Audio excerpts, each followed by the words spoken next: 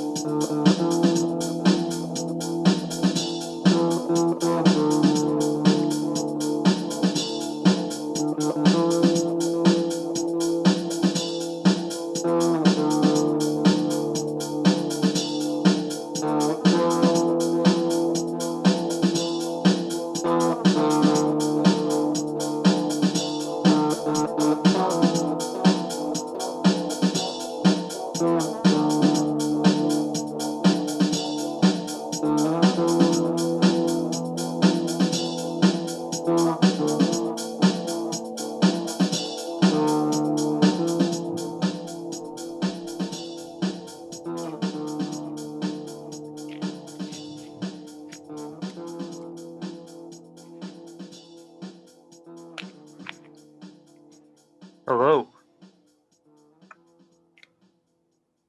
I can't hear you.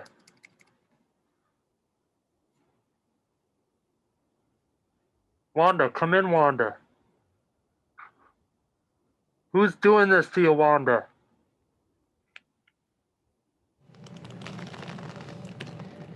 Is that better? Yeah, I can hear you, so that's a plus. Oh, is it quiet? Nope, it's good now. Oh, okay. It had some static, but I think that was the old radio that you're trying to connect to. Oh, yeah. Yeah, apparently my microphone setting was off on Zoom again. Yeah, it had a different setting. It was trying to use something that's not a microphone. I don't know how that happens. Here we are. It's always mine too. Nobody else seems to have these problems with Zoom and their settings. Oh, I think my neighbor's coming by, so I better switch back to how I know right. my disguise. Anyways, what I was saying was, oh, hi, Shelly. Yeah.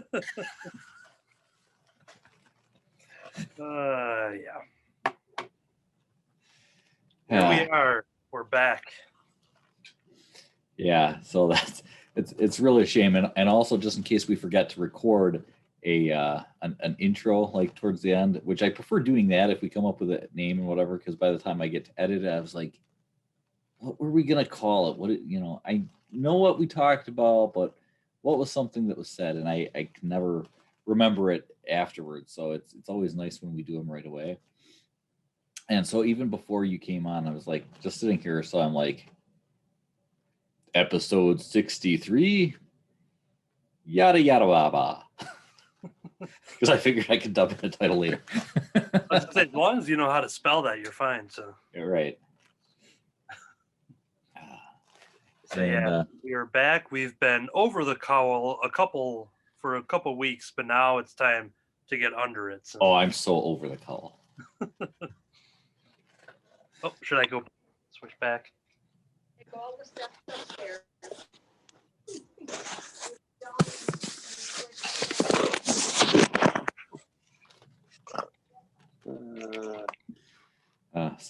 So now we have yes. and Shelly joining us.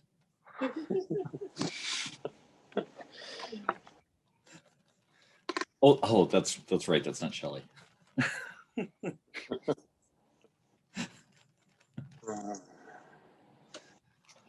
Welcome back, everybody. Welcome back. Yeah. How's it going? Yeah, it's been twice as long for Kerby because I think he missed 2 weeks and then we didn't do it for 2 weeks. Yep. That's a whole new month. Yeah. Yeah, it took David a month to post one of them on YouTube anyways. Yeah, I've been busy, and actually the other one's going up after this. I just don't want to try and record this while I'm uploading a video to YouTube. So, but But yeah, there's one that's ready to get put up, and then this one will be caught up. Yes, we were just watching you guys. Yeah, we just watched the one that you just put up yesterday, I believe. I think that was the one with the surprise visitors Yeah, for about 15 minutes. And the Chalsa. And the Chalsa. Yeah. I was thinking they actually had joined us for a little bit longer than that, but I was looking at the time, and yeah, it's only like the last 15 minutes. So we have the one that I'll be uploading after we finish up with this. That has some surprise visitors too, for more than 15 minutes. Yeah, 2 weeks ago, I think I was going to have some of the Lady Gaga Oreos to try live on the podcast, but I couldn't wait. But I left some cookies for the second week, and then it didn't happen again, and then I ate all the cookies. Yeah, I was all excited yesterday because yesterday was National Pizza Day, and I'm like, hey, it's going to work out perfect with the podcast. So we had pizza. Then we're sitting there eating dinner, and Shelly's like, it's not Wednesday. Wait, National Pizza Day wasn't on a Wednesday? Yeah, they must not be onto the Crimson schedule, the Crimson calendar. And fun fact, Wisconsinites are the fattest people in the world because we got the record for the most pizza eaten in the whole United States. Yeah, I heard that on a podcast. Frozen. I heard that on a podcast I've subscribed to, but I'm trying to think, was that, Chris Hardwick or Dax Shepard maybe? Yeah. Kerby, I think it was maybe. One of those three. Then it must be true. So we have the record for eating the most frozen pizzas? Yep.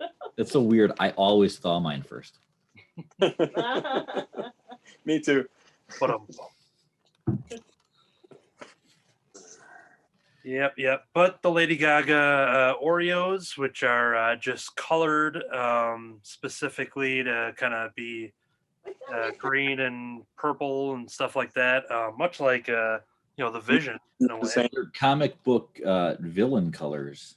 Yeah. It's typically the purple. But it's still it's a standard golden Oreo, and while they were still good, I couldn't. It felt like there was something off with them, but I don't know if that was just my brain thinking, well, I'm eating this green cream here, so this isn't like a normal thing. I think I should be tasting something different, even though it wasn't. But I think that was just my brain. I wasn't born this way to eat green cream, so Alien cream.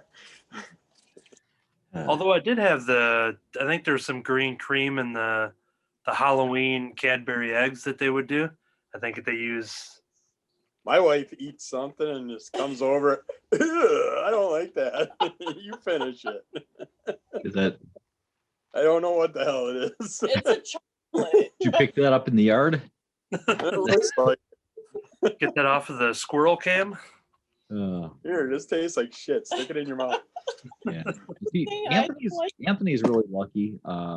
Most of us spend our entire lives trying to figure out what our purpose is, and he already knows his is to eat green cream. Yep. Now I can start living my life. Permit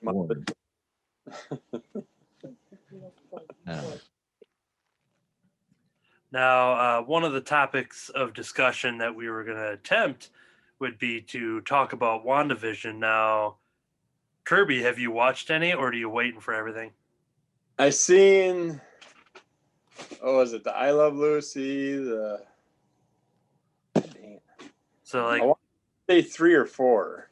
well, basically, episode 1 of WandaVision streaming on Disney Plus is your Dick Van Dyke. Yeah, that's the one I drew the picture of. So yeah. Van Dyke on that. And then our second one was jumping into the 60s, was more of a Bewitched theme. It had the Magic Act and the Magic Show. And Seen that. episode 3 was dealing with a Brady Bunch style, now in color. Yep. I think that might have been the last one I watched. Because then episode 4th one popped up before I lost Disney Plus. Because the 4th one dove into explaining starting to unravel some of the explanation of everything. But with hearing so much stuff on podcasts, I pretty much feel like I've watched every episode. Yeah, you've So- watched all the way up until it actually starts going. Yeah. But yeah, So yeah, you can spoil whatever you want. simply put, it is the show about two superpowered beings living idealized suburban lives who begin to suspect that everything is not as it seems. So yeah, those first 3 episodes dealing very heavily with jumping through the sitcoms, and you just get a little hint at some things that weren't quite going right, and some disturbing things. Otherwise, we saw the characters of Wanda and Vision kind of living these sitcom lives, and then the neighborhood around them, and the people at work, coworkers and bosses and stuff. But episode 4 is the first episode of the series that started in a completely different way than the other episodes, as we were introduced to the blip, people coming back from the blip that happened through Infinity War and Endgame. Right. And now, when we go into this, since I follow casting and like all these kind of, not like, I don't know like spoilers of what's happening in the show, but a lot of times I know, who's acting in it and the characters they're playing. So about a year and change ago, I knew about Darcy from Thor returning, and Randall Park, who played Jimmy Woo from Ant-Man 2. I know he was cast in there. And the other one, being the brand new to the MCU, playing the role of Geraldine for 2 episodes. Well, the character herself is not new to the MCU, but the Yeah. actress currently playing the character is new to the MCU. But yeah, it was revealed in name because there were a few things like Internet Movie Database listed Geraldine and the other Monica Rambeau. name. I was avoiding the spoilers. He already gave the go-ahead, so Yeah. No, but it's not a spoiler because it's the information has been out for like a year on who is going to be in it and what characters. So yeah. So we had seen young Monica, in the Captain Marvel movie back in the 90s, set in the 90s.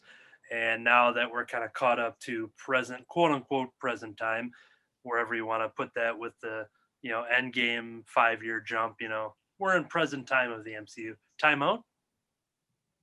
You mentioned this whole young Monica thing. Are you talking is that the gal that was the officer that got sucked into the town? yes. Okay, Yeah. good to go. Okay. I get where you're at now. That's cool. I didn't realize that, but now she was that little kid in Captain Marvel. Okay. Right. So that's what I was going to bring up to, like, me already knowing going into the show that she was playing Monica, but I liked how those first 2 episodes we've seen her in, episodes 2 and 3, we didn't know, we only knew her as Geraldine.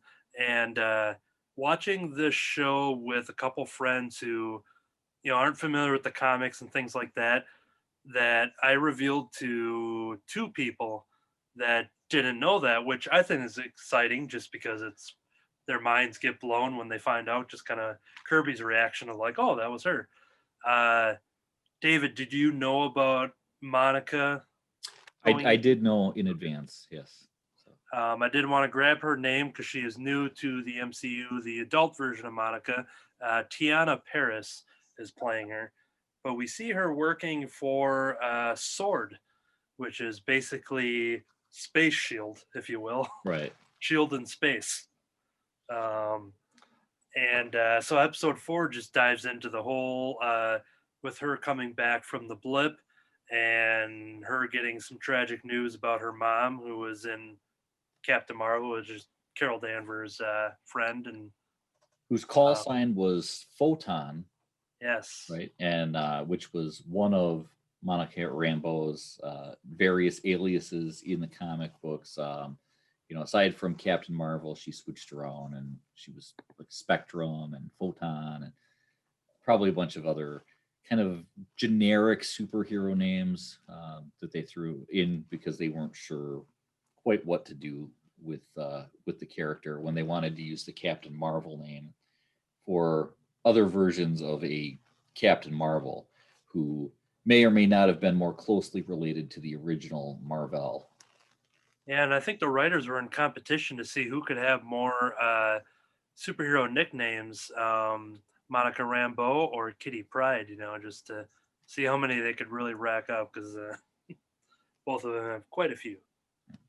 But yeah, we see her whole side of the story of being brought back from the blip and finding out what had happened to her mother, finding out what Sword has become, something that actually her mother had formed, much like Peggy Carter being a co-founder of S.H.I.E.L.D. Now we have Rambeau being the possibly founder, co-founder, I guess, with maybe some more information. Yeah, we don't know all the origins. We know she was involved in starting it based on the few lines as we're introduced to the new leader of Sword and finding out that Monica's mom had died.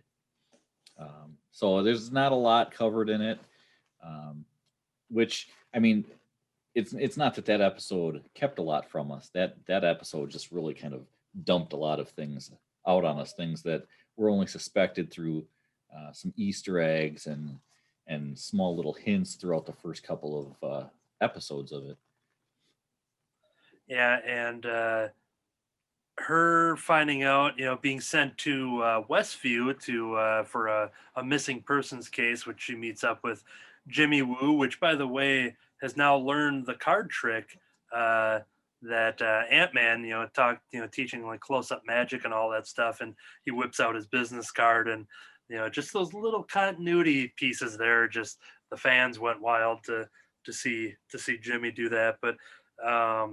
They're investigating the outside of Westview and finding out this is weird, protective field, and she gets sucked into it, which starts to catch us up with what's happening in Westview. And we introduce Darcy, and they bring other smart people into their, in their quarantine camp there to basically figure out what the heck is going on. And all that stuff is unraveling as we're seeing all the moments from episodes 1, 2, and 3 from the outside of Westview perspective. One of I assume the Sword agent being sent in turns into the beekeeper that comes out in episode 2. So he just went in like a normal hazmat suit.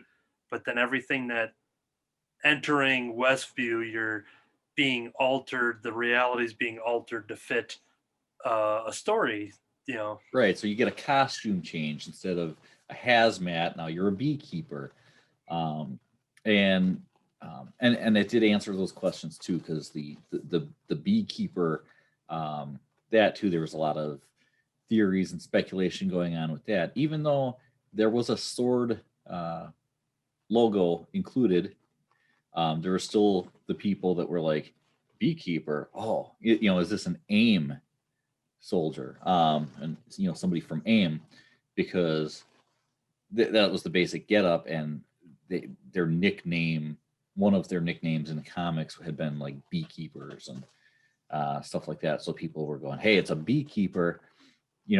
Maybe this is AIM," because I think a lot of people were less familiar with Sword. Sword is something that's a little bit more recent, so a lot of longtime comic book fans might not get it. They're a little bit more obscure than S.H.I.E.L.D. or the AIM or whatever. So I think a lot of people actually did miss the Sword logos on some of the different things. Yeah, that had showed up in the Astonishing X-Men comics from 04, and there were some things, some moments in Agents of S.H.I.E.L.D. that kind of felt like they were going that route and kind of doing Sword there, and then there may be speculation that they were either told they weren't or they couldn't do it or something that, but now we're getting, because, most likely Marvel Studios maybe had this whole plan, of like, oh, you guys take S.H.I.E.L.D. and we got we're exploring the cosmic with Captain Marvel 2 coming up, and the Secret Invasion Disney Plus show, and much more that they probably have down the pipeline. So, but yeah, we're seeing all the stuff unfold as we're getting just more answers of why things are happening, and basically Darcy and Jimmy Woo are acting like us, the viewers, as they're watching the sitcom, because they're like, well, what's this all about? And it'd be like, it's a sitcom, and why does it keep changing? And then Darcy, one of my favorite lines from Darcy was saying like, well, it can't be just for my enjoyment. And I felt like I was Darcy right there, because I was enjoying the heck out of, I've said it here, I've said it everywhere, of like, if it had none of the weird trippy stuff, I would be watching the sitcom every single week and give me 100 episodes. But yeah, so they're all kind of playing the audience members as they're like explaining their theories. They're not going on podcasts like we are, but or they might have been, and that hasn't been revealed yet, because it's I would assume that this is some top secret stuff here, and they weren't allowed to, so they probably were like off, like kind of a little later, in some dark room. They're like jumping on their podcast and talking about all this stuff. It could be something like Under the Cowl, where they did the podcast, but nobody actually gets to hear it for like several weeks, maybe months. Maybe once they get at the episode 7 and they're jumping through the modern sitcoms, they're going to reach the point to when podcasts were created. So they're going to do it within, Wanda and Vision are going to host a podcast. So. Maybe they couldn't do the podcast because Wanda actually said no more podcasts. Yep. That's going to be the big reveal. But yeah, episode 4, once again, just kind of bringing us back to that 70s episode, if you will. Not to be confused with the first episode, which had that 70s mom in it, but she was the 50s. And seeing what happened with Geraldine and that whole unfolding after we saw her mention Ultron after the Pietro talk and everything. And then we saw basically Wanda working some magic, which would be the first time doing her dark magics, if you will, in the show. That's not just flying plates around and closing doors and maybe making a few butterflies. Yeah, so we see her, I guess, the first time being evil-ish, in that sense of using her powers and getting angry as she's wondering who Geraldine is, and recognizes the little sword necklace that she's wearing, and realizes that she's a stranger and she doesn't belong there, and basically just works her magic and pushes her out, which we saw at the end of episode 3. Right. Yeah, still a lot of unanswered questions, like what is going on, who is doing this to Wanda, because you're still not sure, is Wanda doing this herself or not. She's clearly has an idea and is manipulating things, but I get the impression, which she even alludes to in a line, that it started out one way and now it's going. So I think she didn't know at first what was going on, but then as she was catching on to what was going on, she was using that and manipulating it. So the question is, has she been doing it right from the start, but she was so deep cover that she didn't even know? Maybe that was part of the whole thing, where she made herself just kind of live out and know this reality versus knowing her past and everything. But as it started to come about, she's taking some advantage of it. She's manipulating things and getting things to go her way, and she finds that she's able to rewind and start again. And clearly other people are too. When Agnes makes a comment like, do you want me to do should we start over? Let's take it from the top, and she's talking like that because kind of a line had been screwed up or whatever. Whereas Vision, he's catching on and he's like, wait, what is she talking about? What's going on? He's now for a while been kind of getting this feeling and putting things together, like, this isn't right, something's going on. And, you know, eventually he gets to the point where he knows that Wanda is doing something. She's somehow behind this. Not that he knows what exactly is going on, and he would have no way of knowing if somebody else is involved or not. And at this point would probably have no reason to even assume that there was, because he knows that Wanda is at least partially in control of what's going on. Yeah, in the end of episode 4, one of my favorite moments when they kind of settle down for TV and they got the newborns, and she assures him that this is their home now and this is where they belong, and she goes to sit down and they leave it on Vision, and he's not, you know, smiley happy until she looks at him, because they sit down and he smiles along, but when she looks back at the child, like you can just see, like, you know, the fear in his eyes. He almost looks at the camera, at the audience, for like a tad second right before it ended there, and yeah, and that's where his speculation starts, which brings us into episode 5. You had talked about those moments, but I want to talk about the very beginning with the 80s theme, and we see a Family Ties-esque opening, which I was a big Family Ties fan, big Michael J. Fox fan, and Justine Bateman and all that. So seeing that the brush stroke there on that opening montage that kind of mixed with Growing Pains and had a Yeah. little bit of Full House in there.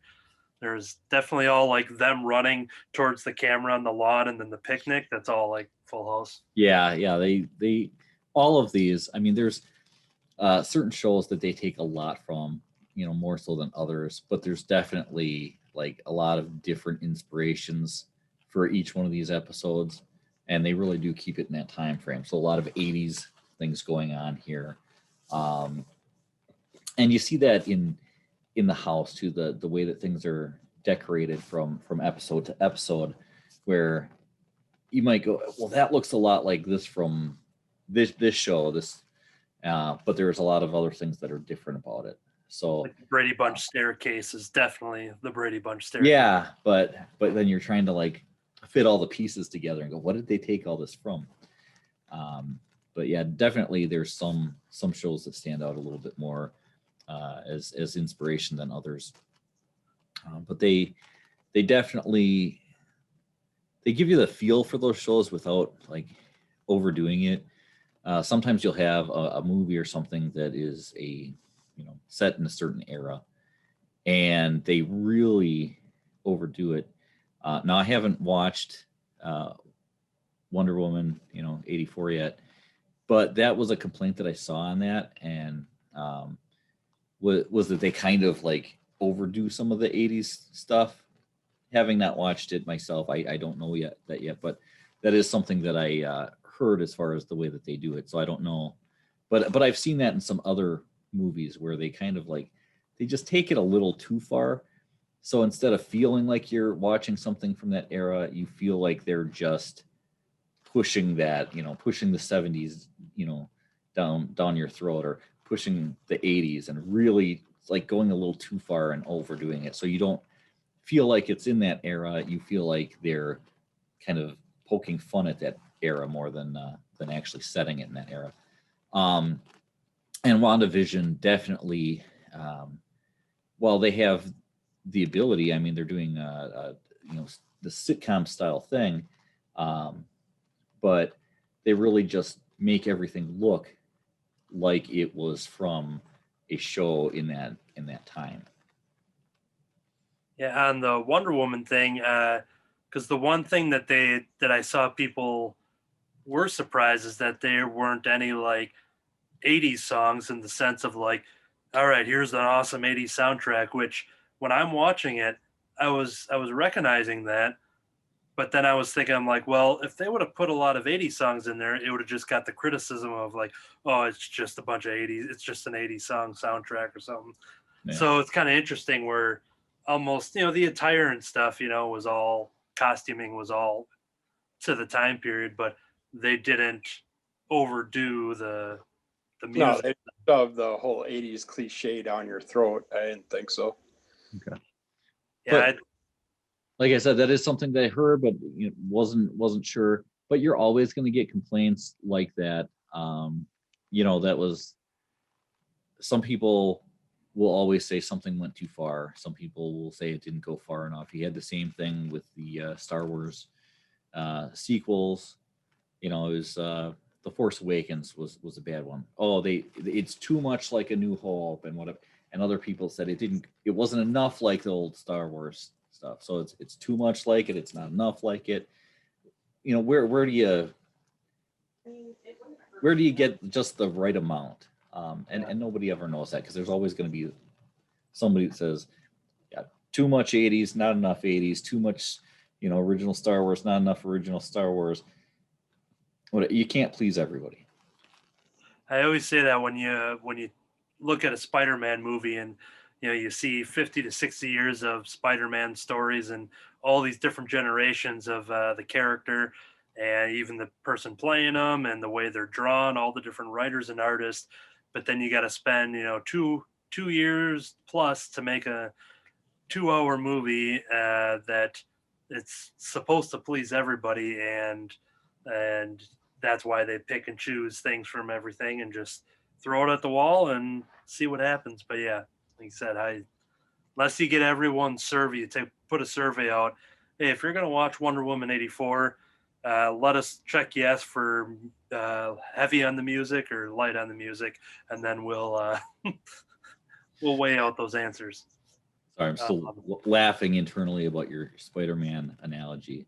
Throw it at a wall and see what sticks. Ooh, I wasn't even trying for that. But the WandaVision, we see the children age up twice throughout there. Opening scene, which I'm watching in the background because it'll now help me with a couple things I want to point out. But that goes into the scene you had mentioned with Agnes coming in and her, for the first time within the show, kind of breaking the fourth wall when it comes to. I mean, we had some wall breaking when Herb was literally breaking the wall with his. But in that sense of like where both Wanda and Vision, it was a different feel to it, and there was a little bit of audience laughter, so they were there for a little bit, and then it got serious, and then the laughter kind of seeped back in, and then it kind of went, and Wanda just wanted to keep it going, and that's when Vision was really just like, you didn't see, like, she's like, what? And Wanda's getting a little more loose in episode 5 with right, using her powers, kind of sort of telling Vision it's okay, maybe you don't need to wear that fake face, just be yourself. She's gotten to the point where maybe at this point she realizes that it doesn't matter what we do. People aren't noticing all this crazy stuff going on right in front of them. And I forget what happens. She even brings that up. She's like, she saw. So they had the dog. The little boys found a dog outside, and they're going to basically bring it in and keep it as their own and adopt it. And she wants to give Sparky a little name tag and collar, so she just poofs it in, and just Vision like, well, Agnes is right there. Like, what are you doing? He's like, oh, she wasn't seeing. Plus, she didn't even say anything when the boys went from babies to 5-year-olds. Right, and that's what it was when they went so quickly, which was funny that happened because, the 80s, a lot of times in a sitcom, just sort of a ratings boost, they introduce, they have a new kid, there's a new baby, and, whether it's a matter of episodes or a season later, suddenly they're a kindergartner, so they've gone from newborn to brand new student, whatever, almost overnight. And here they tackle that like within an episode. And the perfect example of that, I just rewatched all of the Fresh Prince of Bel-Air, and at the end of season 3 going into season 4, we got baby Nikki as added to the cast as a baby, and you see the baby here and there, and then you don't see the baby for a couple episodes, and then there was some weird time jump episode where you saw baby Nikki was like like 5 or 6 maybe being told the story, and it was like a clip show basically, but they recorded with a new actor playing this, toddler Nikki, and just found a way to like just do an older episode clip or whatever. And then you went back to the baby, and then eventually just got baby Nikki, which was a different actor than the one from the other one. So baby Nikki was 3 different people within a half a season and was already established as a 5-year-old kid. And Fresh Prince was one of those that I didn't remember it as much until rewatching it, how much they broke the fourth wall, like a Deadpool style, because he addresses the Yeah. camera and looks at the camera. Yeah, something would happen and Will would just be like, And when they changed out Aunt Viv at the start of season 4, I believe it was, which actually coincided with the baby. So the original actress was actually pregnant in real life, and then a bunch of drama stuff happened in there. Check out the HBO special to get a little more on that. This episode of Under the Cowl is brought to you by HBO Max. Use the promo code Under the Cowl for no % off. they actually charge you more. So Yeah. So they're sitting there in the first scene with the new Aunt Viv, and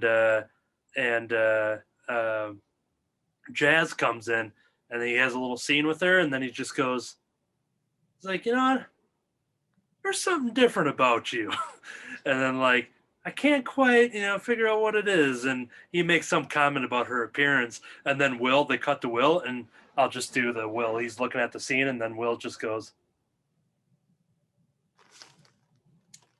and then everyone's laughing and stuff. And they do that several times, and then even with baby Nikki. So going back to WandaVision, they do that same exact thing of just acknowledging, obviously at this point it makes sense in the magic sense of it all, but it's playing to those tropes that you had talked about. So and if we're gonna mention these two, I do think, especially going back to kind of an 80s show and everything, we've got to mention Growing Pains, because not only did they do that in Growing Pains, but when they introduced the new baby, and then suddenly she was a much older child, not like teenager or whatever, but I bring that up because there's an MCU connection there.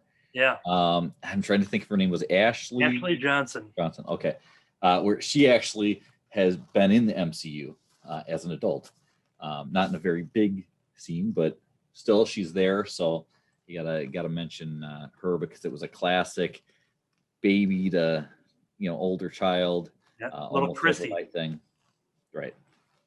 So Yeah, because when I started seeing her, I think I saw her in Dollhouse was the first time. She had a decent sized role in there towards the end, and that's when I was just like, that's little Chrissy from Growing Pains, and then started seeing her in more projects, and then she now most famously being the voice of the lead girl character in the Last of Us video game, which has really kind of launched her. And I think she was on the Blind Spot TV show and stuff like that too, and definitely has done a lot of stuff. But like the thing that as big as the Last of Us was, but yeah, she is another one of the victims to sitcom babies rapidly. they grow up so fast. Well, time moves fast when you're in the suburbs. So I mean, after a while, you just say, "Don't." yeah, and there was that scene too. Yeah, we see Yeah. the whole result of the Don't dog and everything, and the 2 boys, Tommy and Billy, to deal with the grief. Then they look at each other, but Wanda's like, "No, don't age yourself to get out," and she's kind of talking about death and everything. But this is where it's really important to the what episode 5 is really known for, or will be looked back as being this episode, is the idea that Wanda can't bring people back from the dead. But going back to that episode 4, or beginning of episode 5, we saw the secret footage that Sword was given permission to unveil, that 9 days prior Wanda broke into Shield because Sword, because they were holding the corpse of Vision and doing some research, and they had them all split apart. And for an organization that has now changed their name to Sentient Weapons, whatever, um, there's probably going to be some more unfolding on what their intentions were, even though Vision in his will, Vision had time to make a will before Infinity War. I have a problem with this too, but carry on. Okay. I'll get to it.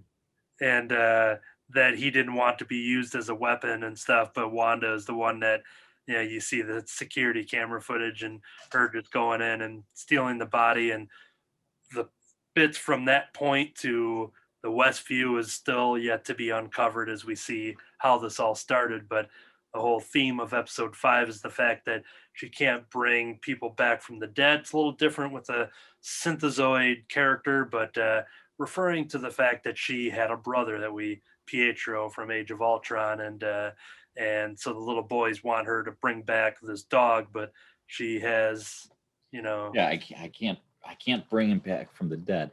She's really clear. You can see that she's upset and that she would like to. But yeah, she's telling us she cannot bring anyone back from the dead. Did you want to touch on that living will thing? So before we go back to that, okay, we'll go back just a little bit further, and I'll mention the footage, because a lot of people probably don't realize that was actually cut from Endgame. That's right. It was actually filmed for that. It was, I don't recall if that was supposed to have been like an end credit scene or what it was. So, yeah. But it was filmed for Endgame and it wasn't used.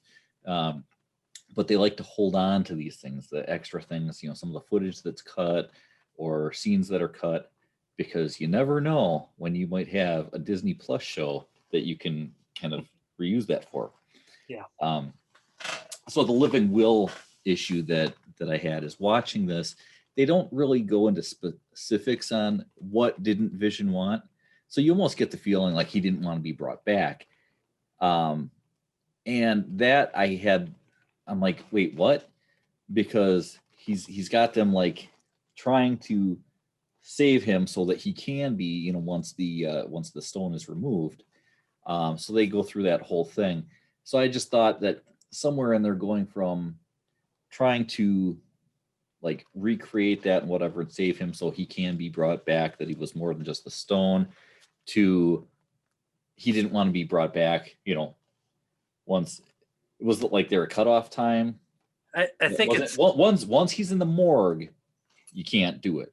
I think it said in the result of my robot head being caved in by Thanos, then don't bring me back. It's very, very specific.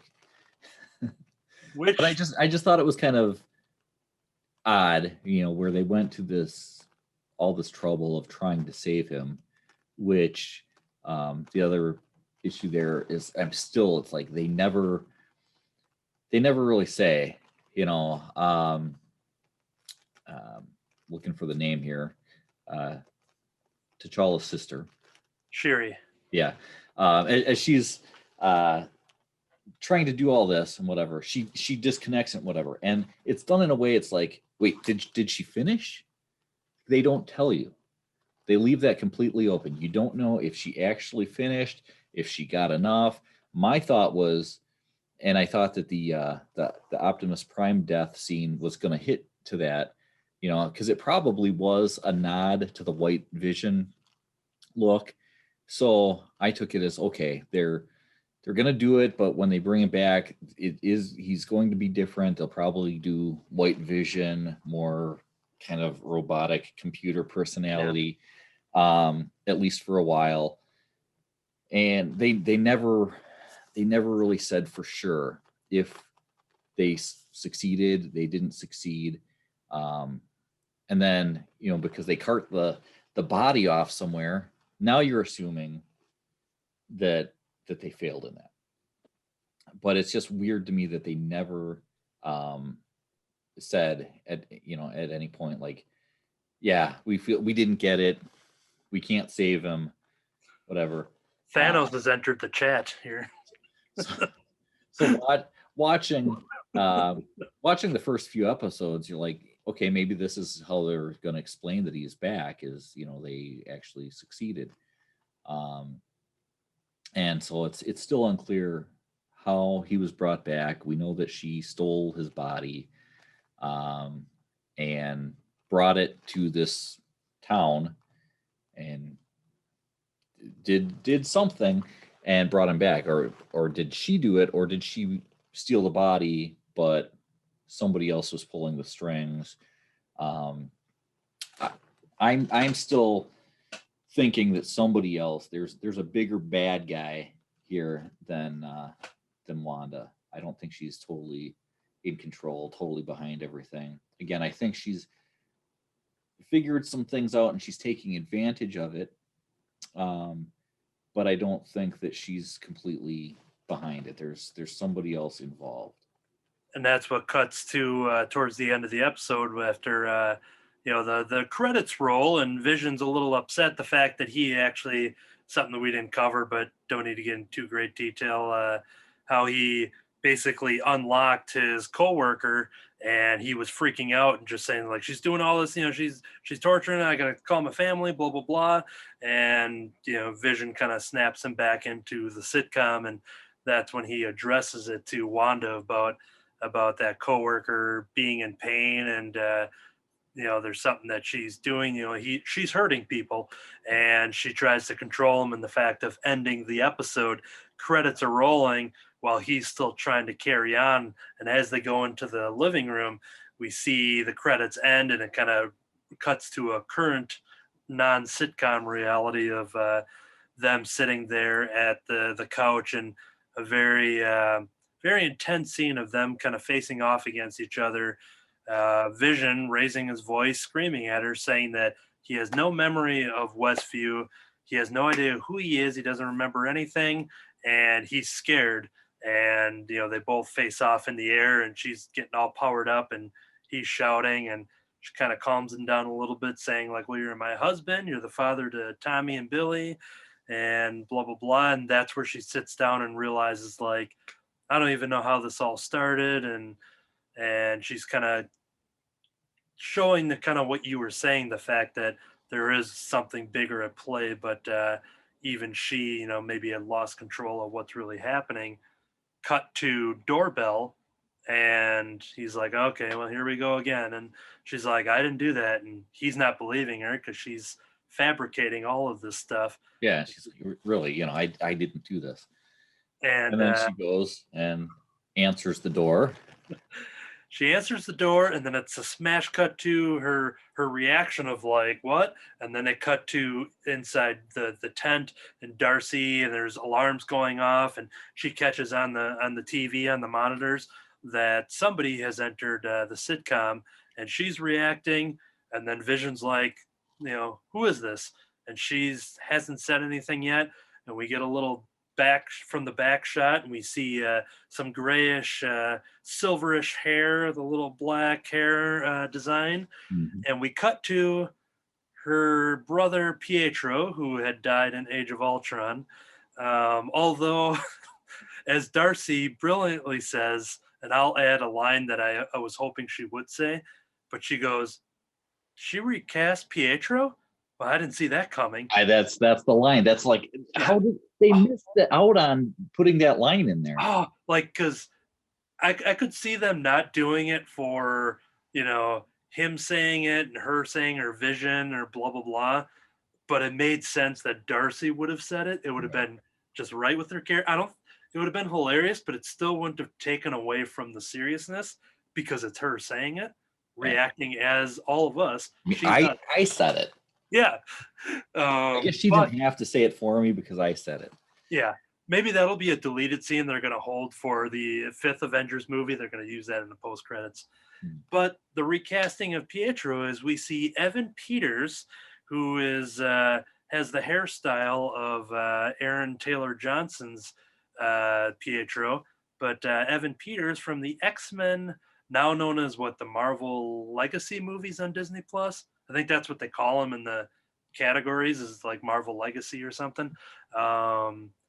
who had played Quicksilver in starting in Days of Future Past and onward, is now, because of Fox and Disney and all that stuff, is now Quicksilver in the quote unquote Quicksilver in the MCU, because we were left with that, and then he was just like, it's like, what? You're not gonna give your stinking brother a hug or something?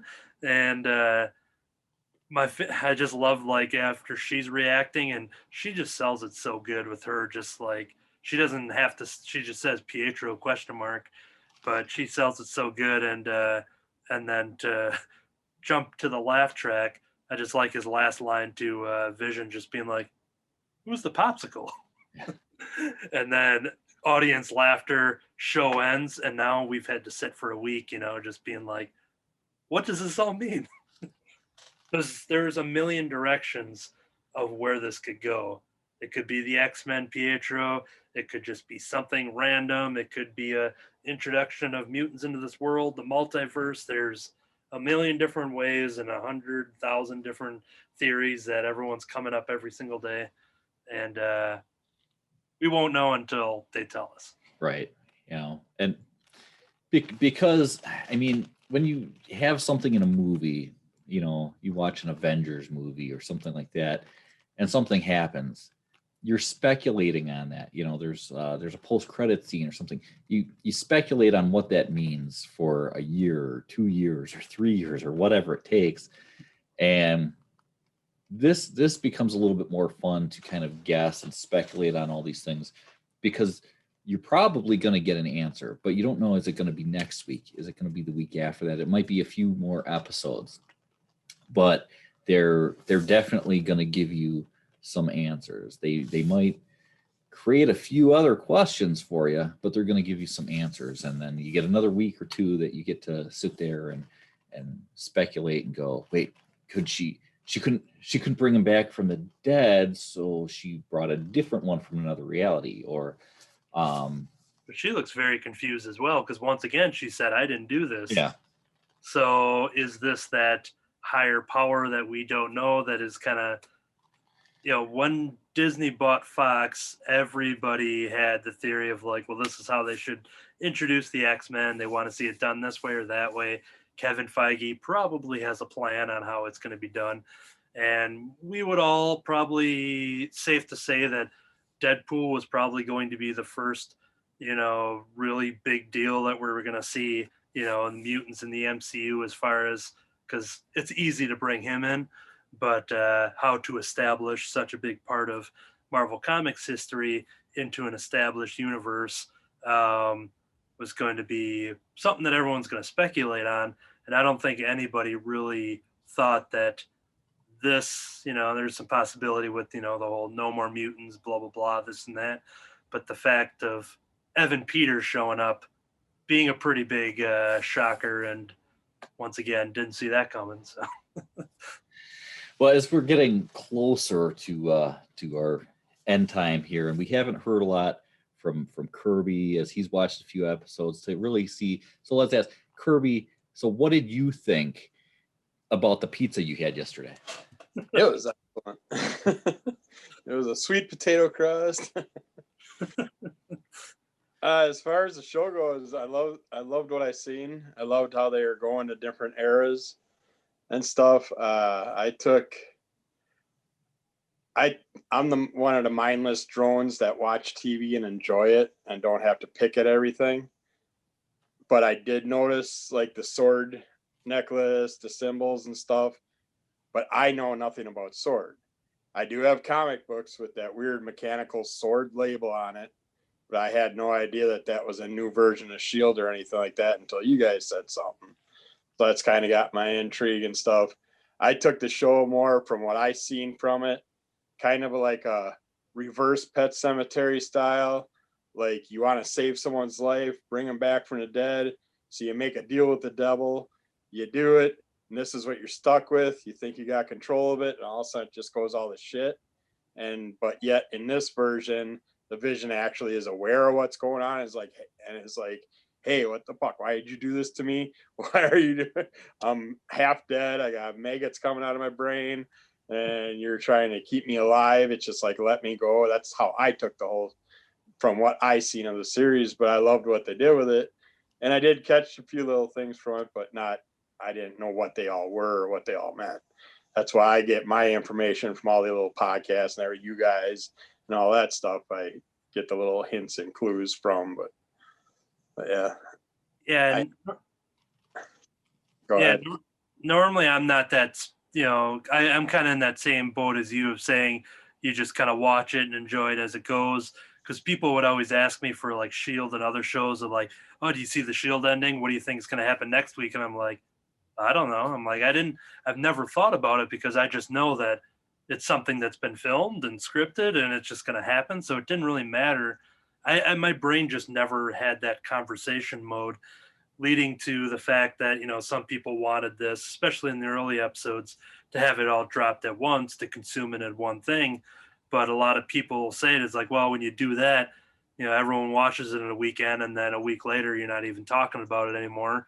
Here's something that obviously harkening back to how television works of, weekly episodes, something that we get, we got a little too used to a lot of Netflix drops and things like that. But with the, it looked like you had special guests, like you noticed there was going to be a special. Oh, because I tend to reach over that way then. Yeah, I thought like, we're going to get a Damon and Amy's here. Evan Peters shows up at the very end here. Who's the popsicle? You didn't see that coming. But the idea of the weekly drops is obviously smart, not only for a subscription service to keep people going if they don't want to wait to just, subscribe at the end of it. But the fact that WandaVision is a discussion every single week for 9 weeks, it's going to go into the next show and the next show and blah, blah, blah. But the fact is, especially a show like this, there's definitely going to be more theorizing and talk than Winter Soldier. I mean, yeah, there's going to be talk about that, but it's not going to be this kind of show where it's just like you're trying to put these puzzle pieces together. And I think that's brilliant on their end because especially once people got to episode 4 and now this big episode 5, I mean, I think any naysayers that weren't really into it, I'm sure they're all just, they're so. Now, you guys also mentioned X-Men. I mean, this apparently, according to you guys, it's got a big relationship to X-Men. It's leading into X-Men or something. Because I just watched X-Men, Dark Phoenix, not like a couple weeks ago. I thought I watched it before, but I watched it again. And I hate how like the Nightcrawler was killed, but I was just assuming that it's a different world, like one of the 616 or It's Well, it is, and that's the thing is, so we know that WandaVision is going to tie directly into Doctor Strange and the multiverse of madness.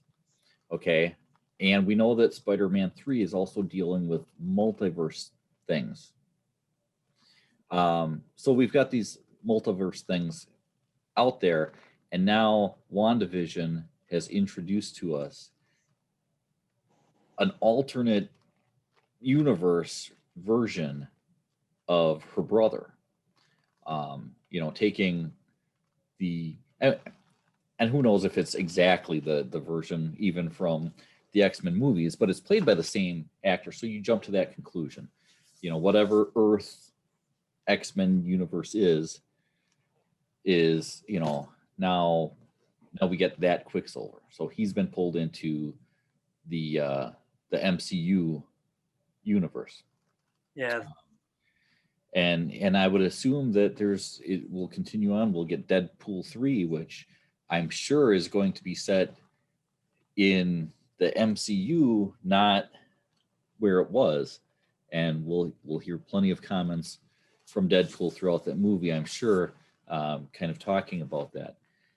But we're first being kind of introduced to the multiverse now, with the introduction of a different version of Quicksilver.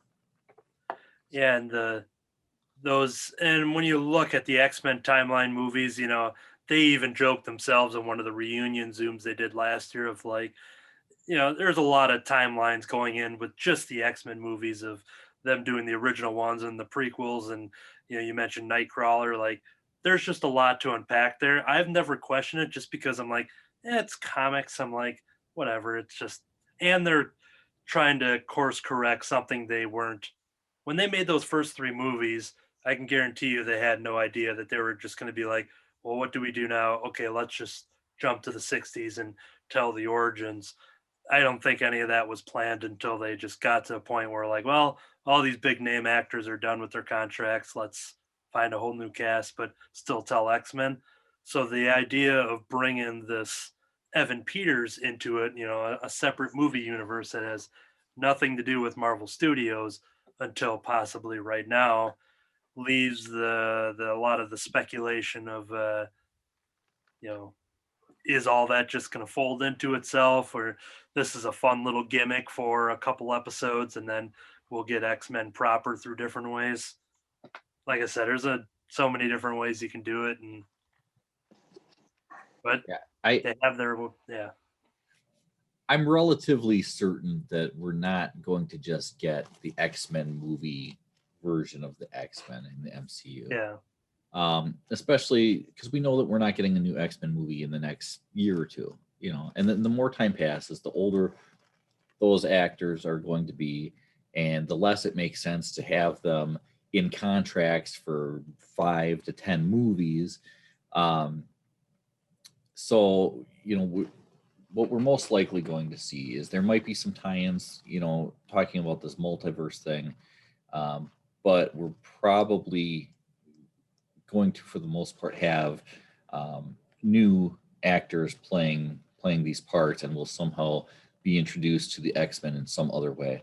Now, this might tell us that, well, the X-Men exist somewhere, in some other universe or whatever, but I think we'll get like a proper like MCU version of the X-Men. About a month. Yeah. I could see them using this multiverse thing to kind of explain the why we haven't known about mutants, something with the multiverse, and now it's changed the universe and now we have mutants or something like that. But I think it will be different. Yeah, I think a month from now we'll all just have all new theories to come up with once we see the end of this show, at least. But that's definitely going to leave questions for a whole year until we get Doctor Strange and all that. So and you were talking about how smart it was to do this like TV and have episodes each week and everything. And as you're talking about that, I was thinking, I know that you've addressed some of the online comments. I've seen some of your comments in response to other comments. And there's so many people out there that are complaining, oh, Disney Plus is ripping us off because they're only half-hour episodes. Disney Plus is ripping us off because why aren't they just putting them all on at once? See, in just a short amount of time, people have gotten used to, that's how we watch TV now. We sit and we watch, episode after episode in once, and we're done. So now essentially we've watched, a 4-hour movie in a day or two. And this it's kind of forcing us to treat it more like how TV was, which makes sense for a TV show that is that much about TV shows, to actually watch them as you would watch, a TV show, at least before the last couple of years. And I was definitely one of those that when a new season of Daredevil dropped, I watched all 13 hours in one sitting, because Saturday morning, Saturday afternoon, I'd come into the Cowl and be like, yep, I've seen it all. And David's like, well, I've watched the first 3. Yeah. And Kurt's like, no, I got to start. I didn't start it yet because I got to watch new episode of Arrow and Legends yet. But as being someone who would definitely devour it all in a sitting anyways, I like the idea of returning to the weekly, allowing the discussion, because especially in a 2020 and 2021 pandemic lifestyle, talking about this show all week long just gets me to that next episode, and then I can talk about that one, and it helps, silence some of the other crazy in the world. So I would much rather watch the show for 9 weeks in a row than to watch it for 9 hours in a row and then just wonder, well, now what am I going to do? Eventually, I'm going to release about 10 episodes of Under the Cowl so that people can just binge watch them. There you go. We don't have to do this, this every week, every couple of weeks type thing. Yeah, Say I would have got Disney Plus back if I would have known that you were gonna get into more talks about the show and stuff like that, and actually watched it like 2-3 times just to catch more of the things that I miss each time. But I stupidly bought HBO Plus because I wanted to see Mortal Kombat, and I bought it early just so I could watch Wonder Woman 2. And Mortal Kombat never came. They had the Little Things movie with Denzel Washington and stuff. Don't waste your time with it. It was very stupid. It's just some weird murder mystery that made no sense. But yeah, I would have kept Disney Plus. And talking about like the rewatches, like anybody knows me that, I've seen the first Avengers 23 times in theater. That's just the theatrical version. This show, I watch each new WandaVision every single day, one episode a day, that same episode each day. But then on Thursdays, I rewatch all of them leading into the new one, and then I start it over. And that's been my WandaVision routine. And yeah, I could not love the show more is still my review. What's that? White people at your door, Anthony? People in white suits? White people at my door. People in white suits. What do you, With hoods. if Yeah, that white were people at your true, door, they're old white people, and they're here to complain that you've ruined their child. and for the record, if there were white people in hoods at my door, I would be calling the cops and saying they are very bad people. They do not belong here, and I would push them out of my reality, much like Wanda did to Geraldine. Poor little kids trick-or-treating as ghosts. In February, around Valentine's Day. Hey, you've heard of Christmas in July. Well, they couldn't all come like in October because they had to like space it out and social distance. Had to wait till they got their vaccines. So yeah, since we hadn't, because we didn't have the show for a couple weeks and WandaVision kept airing, it's up to us whether we want to let a couple more episodes bank till we talk, or we can, talk shorter bits of it as it goes. We don't need to do that every week, but just throwing that out there because we are halfway through the season. But Right. Yeah, this was a catch up. I kind of thought about that too because we don't want to as we've started having other people show up, I don't want them to feel that they can't because they're not caught up on WandaVision, yeah, whatever. So maybe what we can do is say next week we'll put it out there. Hey, as kind of like we do for club discussions. Kind of put it out there and be like, hey, we're thinking about talking about this. Is everybody caught up? No, or say, hey, we're going to spend the first 20 minutes of the podcast talking about this. First 10 minutes, first 20 minutes, whatever we decide to do. Be like, if you're interested, just join. After that, we'll halt the spoilers. because anything from here on out is basically going to be talking directly about the reactions of everything that happened rather than walking you through the episodes. But that's kind of, once again, our first time really, unraveling that in spoilers. So we can always have people refer to this if they want to hear our takes, running through that. But Yep, fine. I'll get Disney Plus again. I really miss my hockey anyways on my ESPN Plus. I haven't got to see any hockey for 2 weeks. I'm going nuts waiting for the Stanley Cup. So that'll be my excuse. Hockey on Disney Plus. Oh, the Mighty Ducks. Yeah. I was going to rewatch all 3 of those. all right. Well, I think maybe everyone grab the remotes. Time to change the channel, maybe.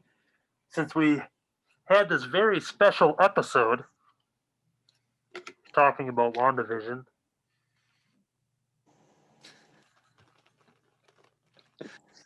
That's all I got. All I right. gotta get that outfit for Shelly now. Throw a wig on. Yeah. She just got a big long purple wig that she got in the mail that I don't know. I think she ordered it for podcasting, but she doesn't go on the podcast. Yeah, if anybody talks about spoilers, I got to put binkies in my ear so I can't hear.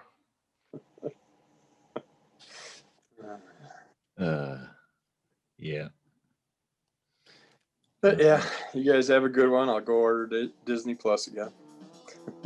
All right. I guess I will Every time I talk talk to you Anthony, Saturday. I'll put it out of my wallet. Sounds good.